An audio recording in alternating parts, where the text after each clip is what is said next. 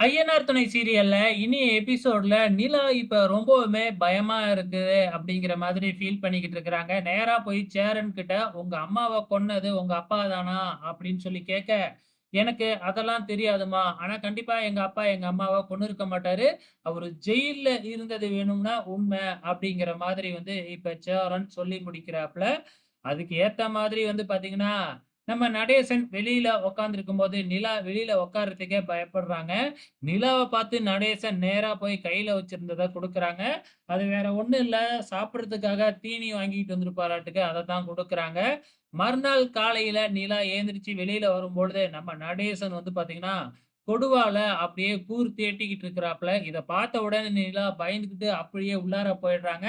இத சேரன் கவனிச்சுட்டு வெளிய போய் பார்த்தா, நம்ம நடேசன் கொடுவாவ தீட்டிட்டு இருக்கிறத பார்த்துட்டு, இத பார்த்துட்டு தான் பயந்துட்டு போனாங்களாட்டுக்கு. "என்னப்பா பண்ற இப்ப?" அப்படின்னு சொல்லி கேட்க, "கொடுவாவ தீட்டிக்கிட்டு இருக்கேன். பார்த்தா தெரியலையா?"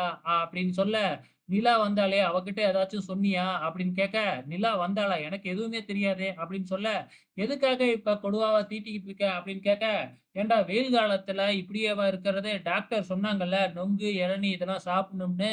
அத வெட்டுறதுக்காக தான் கொடுவாவ தீட்டிக்கிட்டு இருக்கேன். அது பாரு ரொம்ப மொக்கையா இருக்கு." அப்படின்னு சொல்லிக்கிட்டு இருக்கிறப்ப, இந்த பக்கம் வந்து பார்த்தீங்கன்னா, அந்த வீட்டுக்கிட்ட இருக்கிற தேங்காய் மரத்துலேருந்து தேங்காய் விழுவுறத எடுக்கிறதுக்காக ஒரு நபர் வராரு. ஸோ, அவர்கிட்ட நடேசன் பயங்கரமா சண்டை போட்டுக்கிட்டு இருக்கிறாங்க. இத எல்லாத்தையுமே நிலா, வீட்ல இருக்கவங்க எல்லாருமே பார்க்குறாங்க. நம்ம நடேசன் ஓவரா தான் ஆட்டம் ஆட ஆரம்பிக்கிறாப்ல. நம்ம நிலா அதுக்கப்புறம் வெளியில கிளம்பி போறாங்க.